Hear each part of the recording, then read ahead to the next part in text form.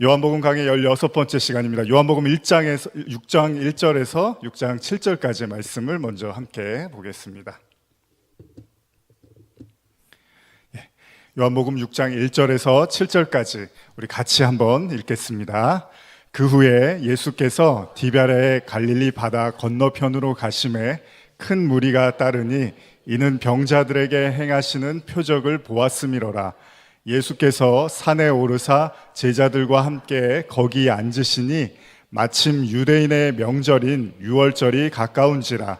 예수께서 눈을 들어 큰 무리가 자기에게로 오는 것을 보시고 빌립에게 이르시되 우리가 어디서 떡을 사서 이 사람들을 먹이겠느냐 하시니 이렇게 말씀하심은 친히 어떻게 하실지를 아시고 빌립을 시험하고자 하심이라.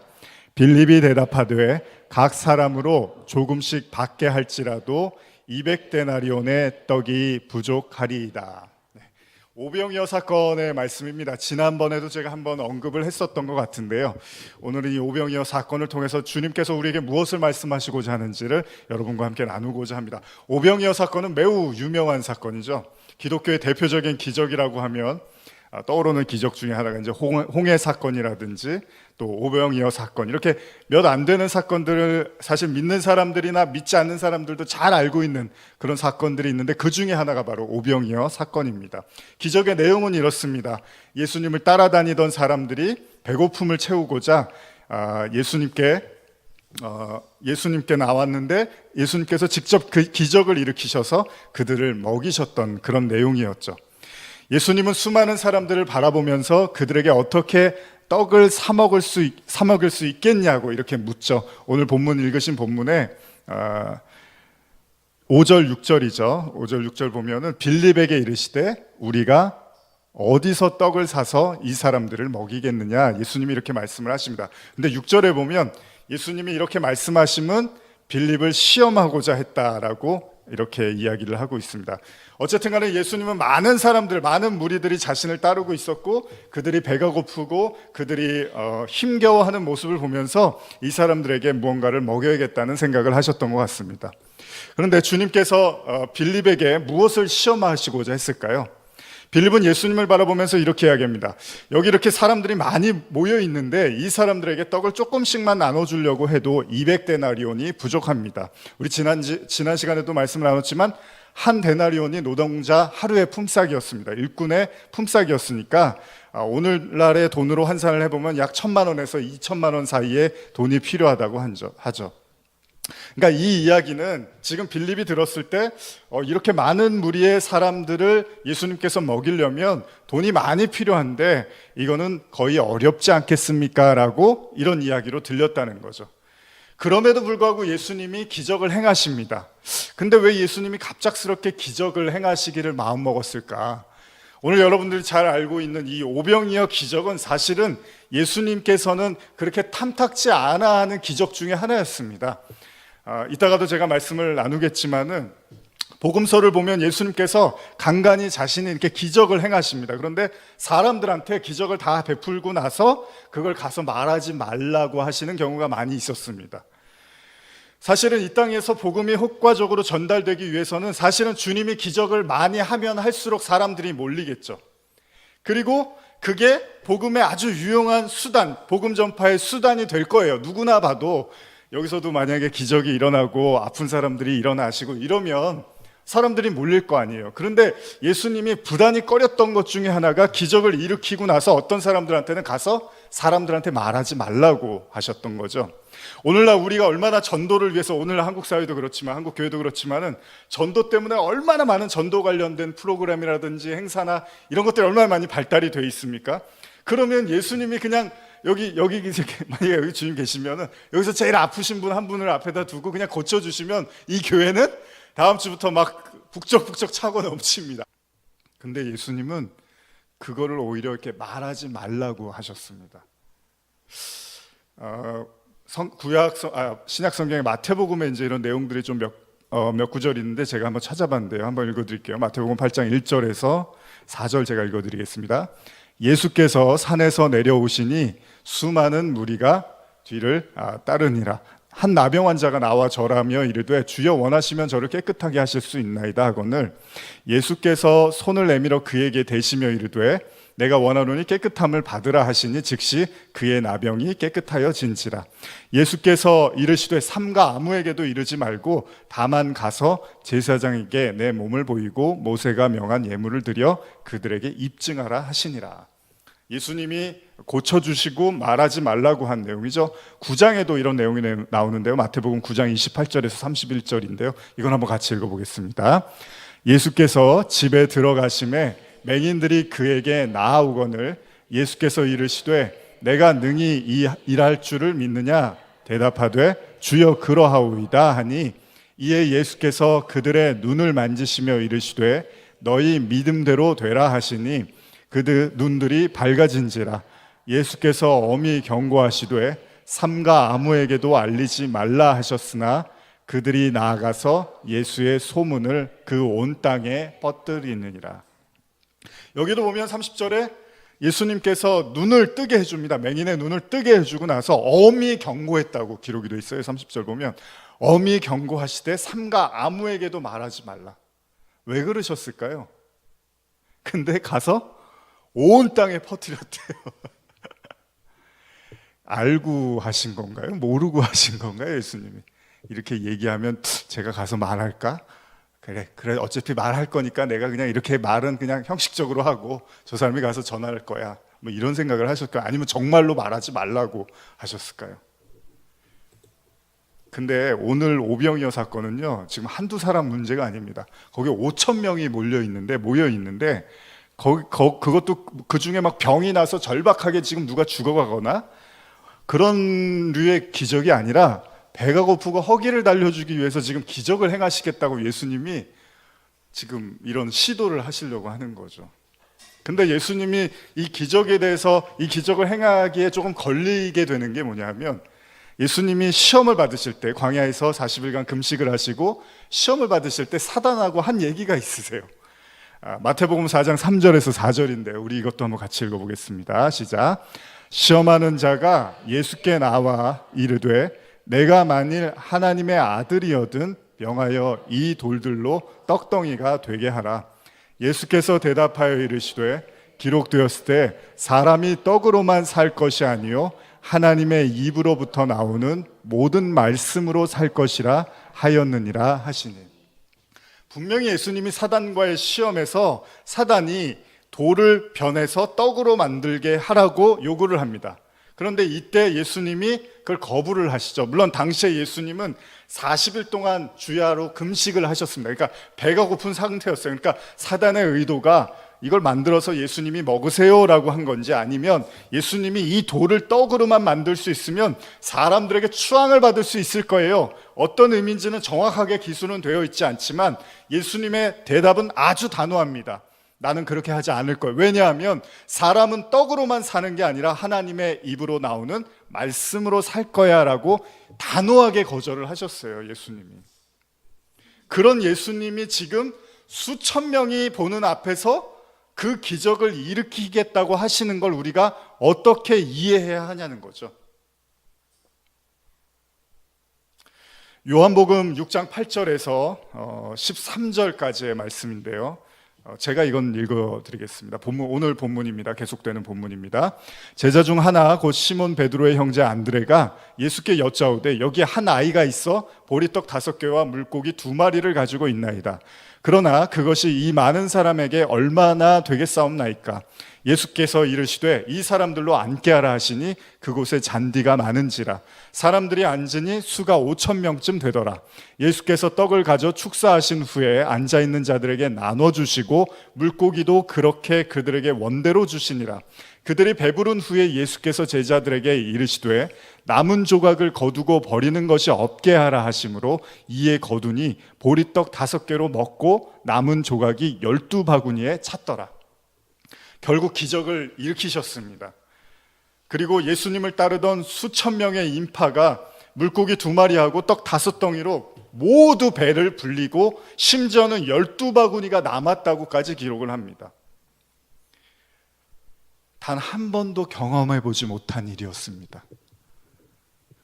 이 놀라운 기적 앞에서 사람들은 충격을 받았을 거예요. 아니 어떻게? 여기 계신 분들은 이 사건을 믿으십니까? 그렇게 진짜 하셨다고 믿으십니까? 아니면 그 사실 좀 잘 안 믿어진다 그러실 수도 있겠죠. 그러나 성경에서 기록된 건 그 수많은 사람들이 그 오병이어를 가지고 다 먹고 12광주리 12바구니가 남았다고 기록이 되어 있습니다. 지금 만약에 누가 이런 일을 하면 정말 어마어마하겠죠. 그러니까 그것을 목격한, 그 상황을 목격한 사람들은 당연히 무슨 생각을 하겠습니까? 저 사람이 우리가 기다리던 메시아가 맞구나라고 생각을 했을 거예요. 왜냐하면 우리가 잘 하는 말 중에 아무리 유능한 임금도 해결하지 못하는 건 가난과 배고픔이라고 하잖아요. 근데 그거를 그냥 보는 눈앞에서 예수님이 직접 기적으로 해결을 해버린 거예요. 근데 문제가 생깁니다. 예수님이 가장 우려했던 부분에 문제가 일어납니다. 오늘 설교도 여러분들이 한번 잘 들어보시고 잘 생각해 보실 필요가 있습니다. 하나님은 모든 게 가능하다고 하잖아요. 이따가 제가 말씀 나누겠지만 하나님은 다 하실 수가 있대요. 근데 여러분과 제 삶에서는 왠지 다 안 하고 계시는 것 같잖아요. 그렇죠? 그런 분들이 계실 거예요, 분명히. 다 하실 수 있다고 하는데 나한테는 해준 게 별로 없어. 그런 분들이 분명히 계실 거예요. 요한복음 6장 14절에서 15절입니다. 예수님이 우려했던 일이 일어납니다. 시작. 그 사람들이 예수께서 행하신 이 표적을 보고 말하되 이는 참으로 세상에 오실 그 선지자라 하더라. 그러므로 예수께서 그들이 와서 자기를 억지로 붙들어 임금으로 삼으려는 줄 아시고 다시 혼자 산으로 떠나가시니라. 예수님이 예상했던 그대로의 일이 일어납니다. 사람들이 흥분하기 시작하고 사람들이 경악하기 시작합니다. 그리고 나서 사람들이 내린 결론은 저 사람이 우리의 왕이 돼야 된다는 거였습니다. 저 사람을 왕으로 세우면 이제 그 하나님의 선택받은 이스라엘 백성들에겐 가난도 배고픔도 그 어려움도 모든 질병도 다 해결을 시켜줄 수 있는 분야라고 확고하게 믿을 수 있었던 거죠. 여러분 병도 고쳐주시고 가난도 해결해 주시고 배고픔도 해결해 주시는데 이런 왕이 어디 있습니까 이 세상에. 근데 그분이 하나님의 아들이래요. 그러니까 당연히 이스라엘이 기다렸던 메시아가 맞는 거죠. 그러니까 왕을 삼으려고 하는 거예요. 근데 문제는 뭡니까? 예수님이 도망가시는 거예요. 예수님이 다시 혼자 산으로 떠나가시니라 라고 기록이 되어 있습니다. 여러분 마태복음 15장에는 오병이어가 아니라 칠병이어의 기적에 대한 언급이 나오는데 이때는 칠병이어로 4,000명을 먹이십니다. 한 번만 하신 게 아니라 또 하십니다. 이 기적을. 근데 이때 먹고 남은 또 광주리는 7바구니였다라고 기록이 되는데 이 대목에 대해서 마태복음 15장 32절에서 33절을 제가 읽어드릴게요. 예수께서 제자들을 불러 이르시되 내가 무리를 불쌍히 여기노라. 그들이 나와 함께 있은지 이미 사흘임에 먹을 것이 없도다. 길에서 기진할까요? 굶겨 보내지 못하겠노라. 제자들이 이르되 광야에 있어 우리가 어디서 이런 무리가 배부를 만큼 떡을 얻으리이까. 여기서는 예수님이 기적을 일으키신 이유에 대해서 뭐라고 하냐면 그들이 사흘 동안 예수님을 따라다녔는데 광야에서 아무것도 못 먹었대요. 그러다가는 계속해서 굶고 기진해서 쓰러질 수 있다라는 생각이 들었고 예수님은 그들을 절대 굶겨서 보내서는 안 되겠다고 생각을 하신 거죠. 그렇다면 이 기적을 예수님의 인정 혹은 자비 이렇게 이해를 해야 될까요? 아무리 단호하고 명확한 주님도 인간의 연약함 앞에서는 어쩔 수 없이 마음이 동해져서 그들의 필요를 채워주시는 분이라고 이해하는 게 좋을까요? 만약에 그렇다면 오늘날 저와 여러분들이 처한 어려움과 고통에 대한 생각을 해볼 수 있는 거예요. 왜냐하면 주님께서 저와 여러분들이 처한 어려움과 고통을 해결해 주지 않는다면 아직까지 이유가 뭘까요? 만약에 주님이 그들이 너무나 배고파 보여서 무언가를 줘야겠다는 그 치근한 마음 때문에 기적을 행하신 거라면 아직 우리의 고통은 주님이 보시기에 어려움과 고통이 아직은 그닥 불쌍해 보이지 않아서 기적을 안 행하시는 걸까요? 사실 납득하기 쉽지 않은 기적 중에 하나가 바로 오병이어 사건입니다. 이거 어떻게 이해해야 되냐는 거예요. 물론 우리가 한 가지 분명하게 이해할 수 있는 사실은 주님을 따르는 자들에게, 그러니까 주님의 말씀을 듣고자 세상으로부터 나와서 광야를 걷는 자들에게, 이거 한마디는, 이 하나는 분명합니다. 주님은 그들의 양식을 책임지시겠다는 거예요. 이거는 분명합니다. 그래서 이스라엘 백성들이 애굽에서 나와서 광야 40년 생활하도록 그들이 굶었나요? 절대 굶지 않았습니다. 하나님이 매일마다 먹을 걸 줘서 굶어서 죽은 사람은 나오지 않았습니다. 그러니까 저와 여러분들도 이거 하나는 분명해요. 그리스도라는 그 예수라는 길을 걸으면 그 사람의 먹고 마시는 모든 문제는 주님께서 완벽하게 해결을 해주실 겁니다. 여러분과 제 목숨이 살아있는 한 우리가 반드시 깨달아야 될 진리와 말씀과 하나님 나라가 하나님이 계획하신 대로 우리에게 가르쳐 주기까지는 하나님은 우리의 생명과 먹고 사는 모든 문제를 완벽하게 해결을 시켜줄 거예요. 이건 분명하겠죠. 그러나 그럼에도 이렇게 노골적으로 많은 사람 앞에서 배를 채우기 위해서 기적을 행하셨다는 건 이해가 안 간다는 거예요. 결국 예수님은 인간의 마음을 아시고 자리를 떠나십니다. 예수님의 기적의 목적이 그들에게 인기와 명예를 누리기 위한 것이 아니라는 사실은 분명해졌습니다. 6장 16절에서 21절 한번 같이 읽어볼까요? 요한복음 6장 16절에서 21절입니다. 계속되는 오늘 본문의 말씀입니다. 시작. 저물매에 제자들이 바다에 내려가서 배를 타고 바다를 건너 가버나움으로 가는데 이미 어두웠고 예수는 아직 그들에게 오시지 아니하셨더니 큰 바람이 불어 파도가 일어나더라. 제자들이 노를 저어 10여리쯤 가다가 예수께서 바다 위로 걸어 배에 가까이 오심을 보고 두려워하거늘 이르시되 내니 두려워하지 말라 하신대 이에 기뻐서 배로 영접하니 배는 곧 그들이 가려던 땅에 이르렀더라. 자, 이 본문을 읽으면서 이 오병이어의 기적이 일어난 다음의 사건입니다. 그러니까 아마 그날 당일 오후 저녁의 사건 같은데 여기 좀 재미있는 일이 있습니다. 얼핏 보면 지금 읽은 이 내용과 앞에 나온 오병이어 사건하고는 별개의 것으로 보입니다. 하지만 오병이어에 대한 사건은 아직 끝난 게 아닙니다. 그러니까 지금 여러분들이 읽으신 제자들이 배를 타고 바다를 건너가는데 예수님이 거기 타지를 않으세요. 그리고 나서 풍랑이 일어서 제자들이 아주 고생을 심하게 합니다.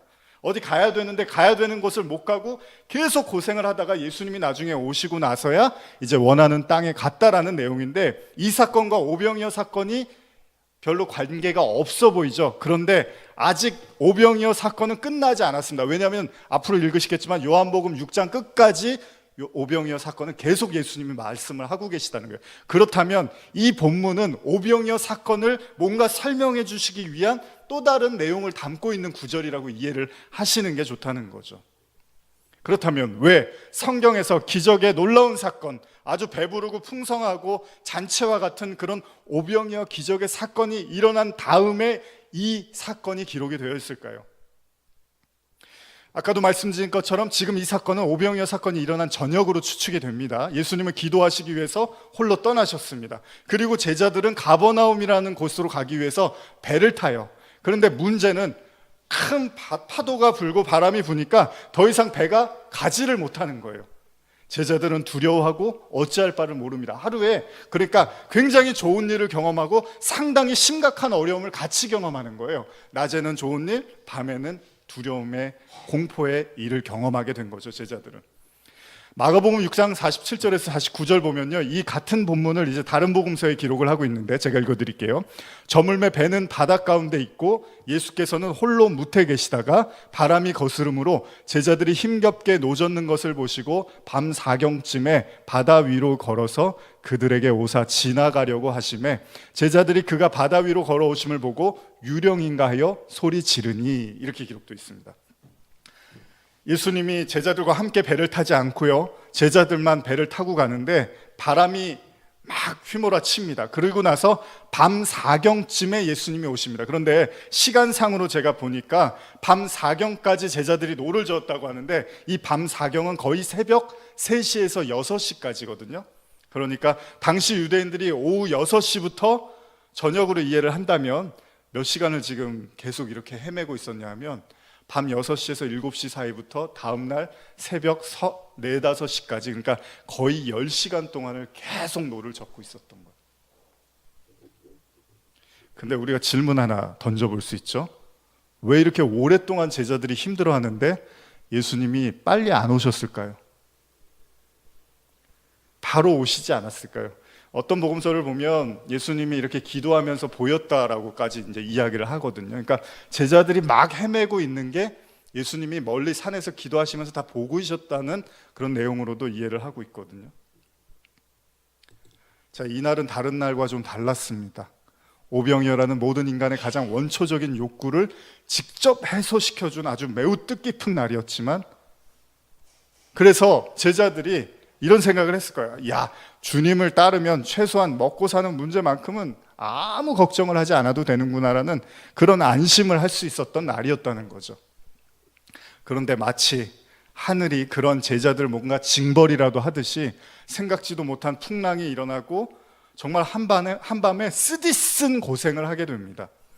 만약 이 사건이 오병이어로 사람들의 배를 채워주듯이 풍랑에서도 주님은 도와주신다는 식의 단순한 우리의 보호자 되시는 하나님, 뭐 이런 걸로 이해해야 될 문제인가요? 그러니까 배고플 때는 먹을 걸 주시고 풍랑이 올 때는 주님이 지켜주시고, 아마 이렇게 설교하면 대략 정리가 돼버리겠죠. 그러나 주님의 생각은 사실 달랐을 겁니다. 우리가 이미 나눈 오병이어의 기적이 끝나자 주님은 수많은 인파와 제자들을 놔두고 혼자 산으로 기도하러 올라가십니다. 심지어는 이렇게 말씀하시는데요. 오늘의 본문, 계속되는 본문입니다. 요한복음 6장 22절에서 26절 같이 읽어보겠습니다. 시작. 이튿날 바다 건너편에 서 있던 무리가 배 한 척 외에 다른 배가 거기에 없는 것과 또 어제 예수께서 제자들과 함께 그 배에 오르지 아니하시고 제자들만 가는 것을 보았더니, 그러나 디베랴에서 배들이 주께서 축사하신 후 여럿이 떡 먹던 그곳에 가까이 왔더라. 무리가 거기에 예수도 안 계시고 제자들도 없음을 보고 곧 배들을 타고 예수를 찾으러 가버나움으로 가서 바다 건너편에서 만나 랍비여 언제 여기 오셨나이까 하니, 예수께서 대답하여 이르시되 내가 진실로 진실로 너희에게 이르노니 너희가 나를 찾는 것은 표적을 본 까닭이 아니요 떡을 먹고 배부른 까닭이로다. 다음 날 사람들이 몰려옵니다. 예수님을 찾으러. 그런데 사람들이 몰려온 그 장소에 예수님도 안 계시고 제자들도 없습니다. 그러니까 사람들이 더 혈안이 돼서 예수님을 찾으러 가버나움으로 가서, 여기 바다 건너편이란 뜻이 있는데 아마 저는 그렇게 이해합니다. 인간의 생각 건너편에 하나님의 생각이 있는 거죠. 그러니까 완전히 다른 생각을 하고 있는 거예요. 이쪽하고 이쪽은 완전히 다른 생각을 하고 있는 거예요. 그래서 그들이 바다를 건너가 봤더니 거기 예수님이 계시는 거예요. 근데 그 예수님이 그들에게 뭐라고 합니까? 너희들이 지금 나를 찾는 거는 어제 내가 오병이어라는 기적을 일으킨 표적 때문이 아니라 떡을 먹고 배불러서야 라고 말씀을 하십니다. 주님은 어제 그들을 굉장히 치근히 불쌍히 여겼다라고 생각을 했는데, 오늘 예수님은 단호하고 차갑게 무리들에게 이렇게 말씀을 하시는 거죠. 너희가 나를 찾는 건 떡을 먹고 배부른 까닭이로다. 얼마나 좀 매몰차고 차가운 얘기입니까? 지금 예수님을 찾아왔는데, 그러면 그 전에 병을 고쳐주는 건 다 뭐예요? 아파서 그렇게 고쳐달라고 해서 왔는데 그거 다 고쳐줘 놓고서 그 사람들이 아파서 온 거지 뭐 다른 이유 때문에 온 게 아니었잖아요. 근데 이제 와서는 또 배불러서 왔다고 뭐라고 하시는 거예요. 여기서 예수님이 표적을 본 까닭이 아니요라고 이렇게 표현을 하는데, 여기 보다라는 게요, 그냥 눈으로 본 게 아니라 지각하다, 이해하다라는 뜻이 있거든요. 그러니까 무슨 말이냐면 오병이어라는 사건의 의미를 이해하지 못하고 그냥 받아먹는 그 떡에 배불러서 왔다라는 그런 얘기를 하시는 거예요. 그러니까 그럼 이 얘기는 뭐죠? 예수님은 배를 불리기 위해서 그 일을 한 게 아니었다라는 얘기를 하고 계십니다. 근데 여러분, 배고플 때 음식을 먹고 배부른 게 뭐가 잘못됐습니까? 인간 누구나가 겪는 배고픔과 허기짐, 예수님은 안 배고프십니까? 예수님은 밥 안 드셨어요? 예수님 군것질 안 하셨어요? 아니잖아요. 본인도 자유롭지 못하잖아요. 그런데 그런 인간들이 그 배고픔을 채워준 주님께 감사해서 그 주님을 찾아와서 또다시 그 기적을 보여달라고 왔는데 그걸 주님이 탓하고 계시더라는 거예요. 근데 성경은 이 문제를 그냥 단순하게 이야기하고 있지가 않습니다. 왜냐하면 인간에게 가난함과 배고픔 이런 것들은 해결하기가 매우 힘든 일이에요. 사실 뭐 우리 사회는 그렇게까지는 아니지만 여러분들 TV 보면은 아프리카 기아, 고통 매번 나오잖아요. TV에 기독교 방송 같은 거 틀으면 광고가 거의 다 그런 거잖아요. 보고 있으면 정말 기가 막히고 참 하나님도 무심하지 이런 생각이 들 만큼의 그런 상황들에 놓여 있는 사람들이 많잖아요. 우리가 신앙생활을 하는 이유도 사실은 그런 어려움들을 포함하고 있잖아요. 저와 여러분들도 경제적인 문제라든지 육체적인 질병이라든지 정신적인 고통 이런 것들도 사실 우리의 신앙생활을 하는 이유 중에 하나잖아요. 그래서 인간이 많은 시간을 할애해서 이 문제를 놓고 기도도 하고 하나님과 씨름도 합니다. 왜냐하면 이 땅에서의 우리의 삶의 문제는 신자들에게 매우 중요한 기도이기 때문이죠. 문제는 오늘 읽은 말씀처럼 예수님이 그 기적을 일으킬 수 있는 분이라는 거예요. 그분은 오병이어뿐만 아니라 심지어는 불치병도 해결을 하십니다. 그리고 나아가서는 죽은 사람도 다시 살리시기도 합니다. 그러니까 주님이 못하실 일이 하나도 없다는 거예요. 근데 그 주님이요, 배가 고파서 자신을 찾아온 무리들을 피하고 도망치더라는 거예요. 다시 말하면 못하는 게 아니라 안 하신다라는 거죠. 여러분과 제 마음속에 생생하게 자리 잡고 있는 하나님과의 수많은 시간들과 추억들이 있을 겁니다. 근데 그 추억들 중에는 이런 것도 있어요. 도대체 왜 저 사람을 돕지 않으십니까?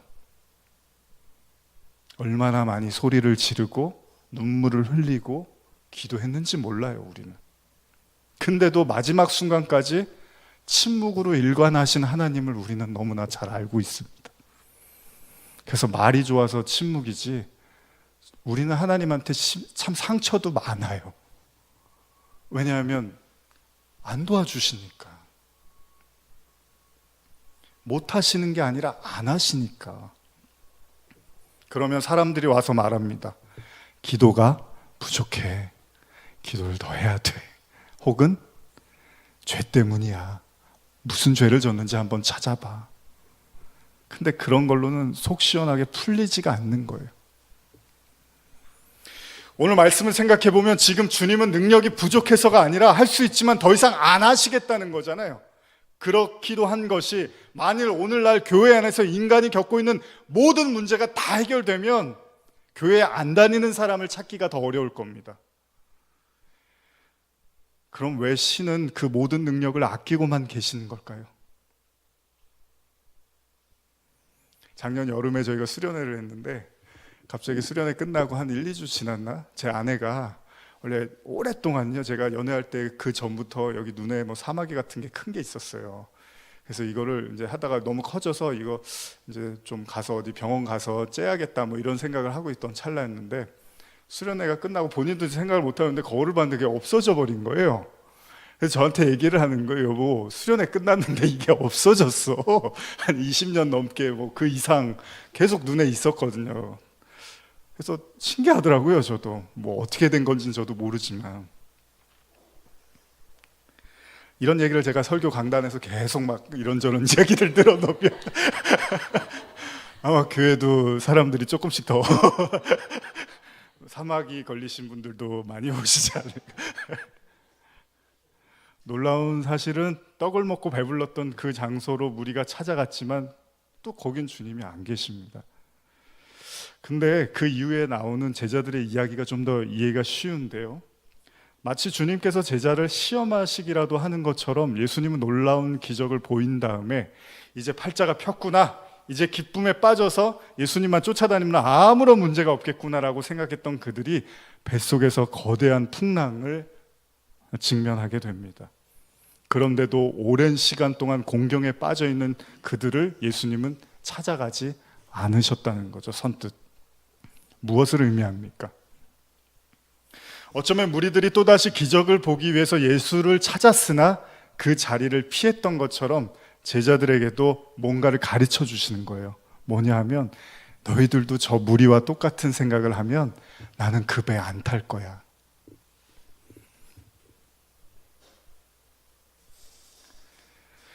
모든 사람들이 하고 있는 그 생각을 제자인 너희들도 똑같은 생각을 갖고 있으면 난 너희하고 같이 하지 않을 거야. 그럼 뭐하러 예수님이 기적을 일으키셨을까요? 요한복음 6장 13절하고 마가복음 8장 8절 보면요, 이런 말씀이 있는데요. 항상 오병이어나 칠병이어를 기록한 다음에 꼭 요 내용이 들어가는데 제가 읽어드릴게요. 이에 거두니 보리떡 5개로 먹고 남은 조각이 12바구니에 찼더라. 또 8장 8절 마가복음 8장 8절은 배불리 먹고 남은 조각 7광주리를 거두었으며. 성경을 보면요, 계속 이런 내용이 꼭 따릅니다. 오병이어라든지 칠병이어에. 그럼 우리 이걸 보고 뭐라고 생각하죠? 야, 참 많이도 하셨구나.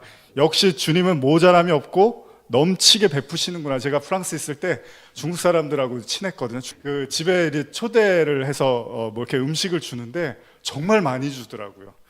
그래서 뭐 같이 햄버거를 먹어도 햄버거를 하나를 더 시켜요. 그래서 왜 그러지? 누가 더 오나 그런데 하나 혹시 부족하면 하나 더 먹으라고.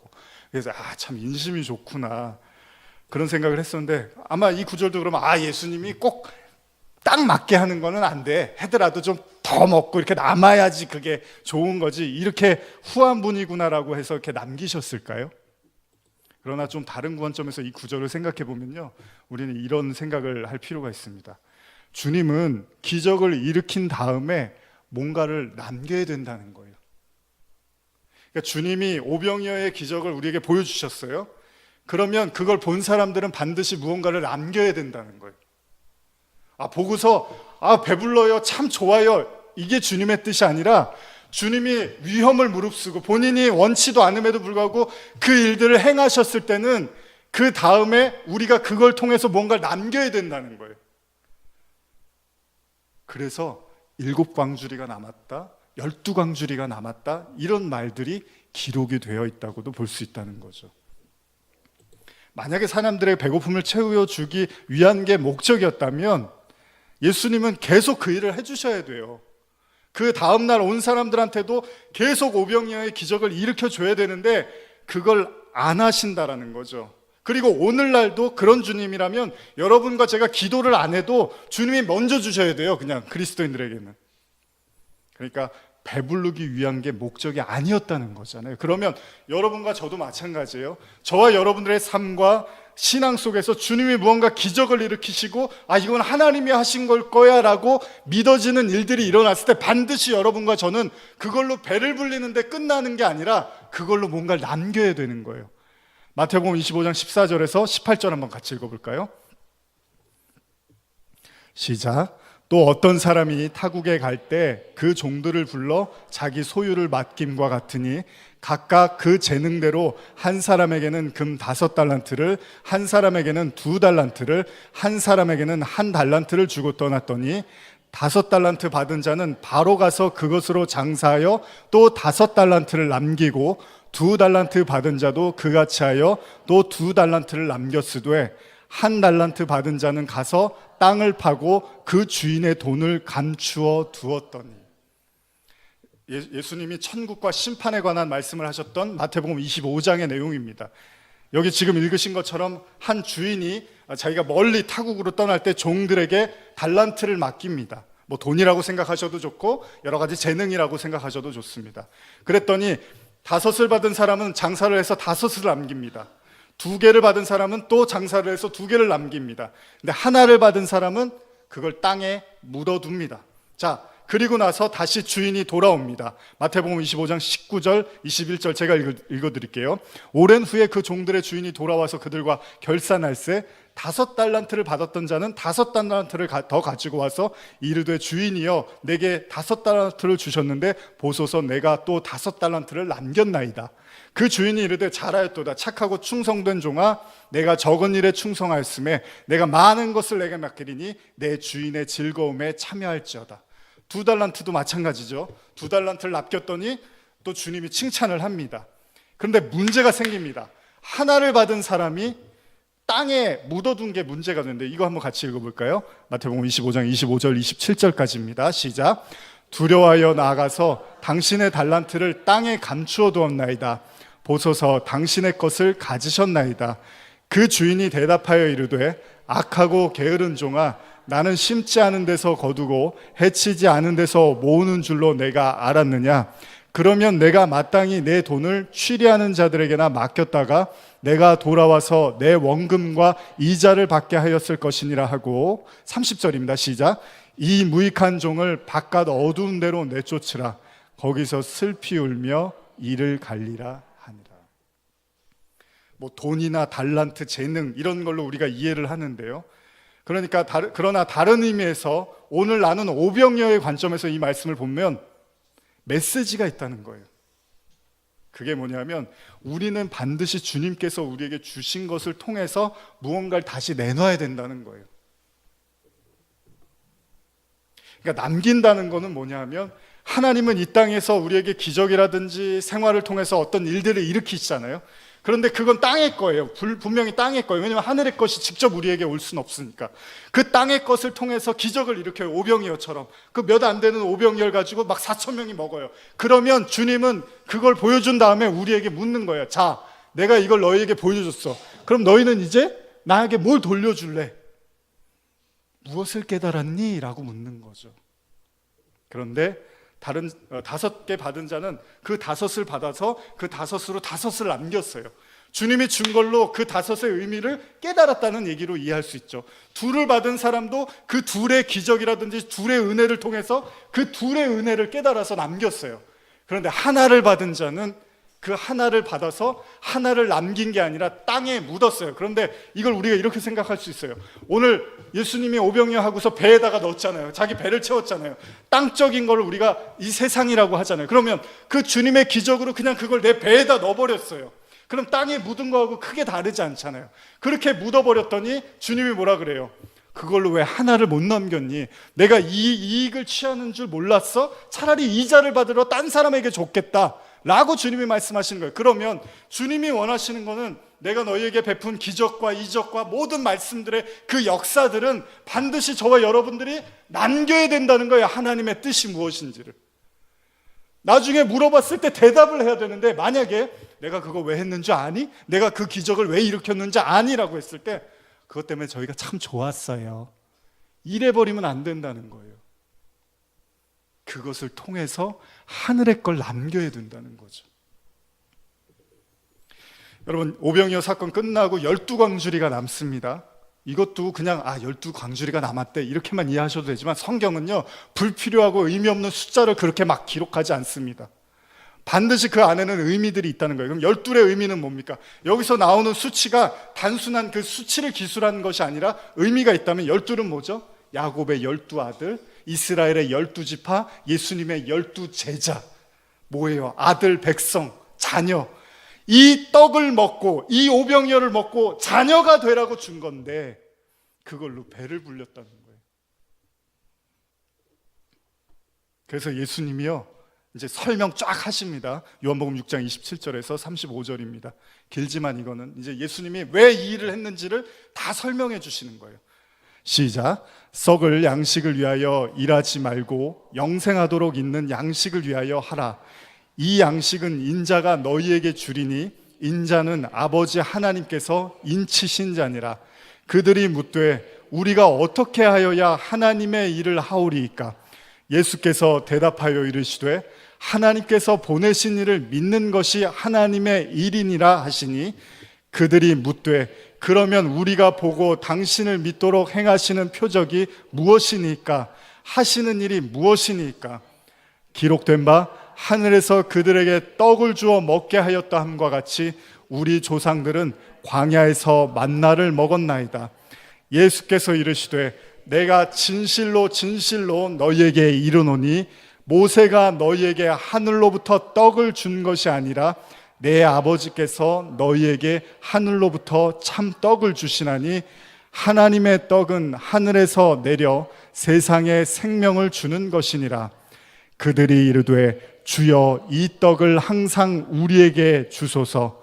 예수께서 이르시되 나는 생명의 떡이니 내가 오는 자는 결코 줄이지 아니할 터이요 나를 믿는 자는 영원히 목마르지 아니하리라. 예수님이 행하시는 어떤 일도 우리의 육신적인 배를 채우기 위한 목적으로 주시는 건 없다라는 겁니다. 그렇다고 주님이 하나님이 우리의 먹고 살고 생활하는 문제를 등한시하는 건 더더욱 아닙니다. 이 성경 안에는 오직 하나님의 나라, 그리고 여러분과 제가 어떻게 하나님의 자녀가 되는지에 대한 얘기만 하고 있다는 거예요. 그걸 우리가 남기지 못하고 그냥 떡을 먹고 배를 불러서 감사합니다 라고 찬양을 해버리면 그 신앙에는 하나님이 안 계시다는 겁니다. 오늘날 신앙을 한번 생각해 보십시오. 오늘날 교회들을 생각해 보십시오. 그들은 저마다 기도 제목을 가지고 부르짖고 외칩니다. 물론 하나님은 너무나 잘 아십니다. 그 일들이 그들에게 너무나 심각하고 어려운 일이라는 걸. 그런데 하나님의 관심은 거기에 있지 않습니다.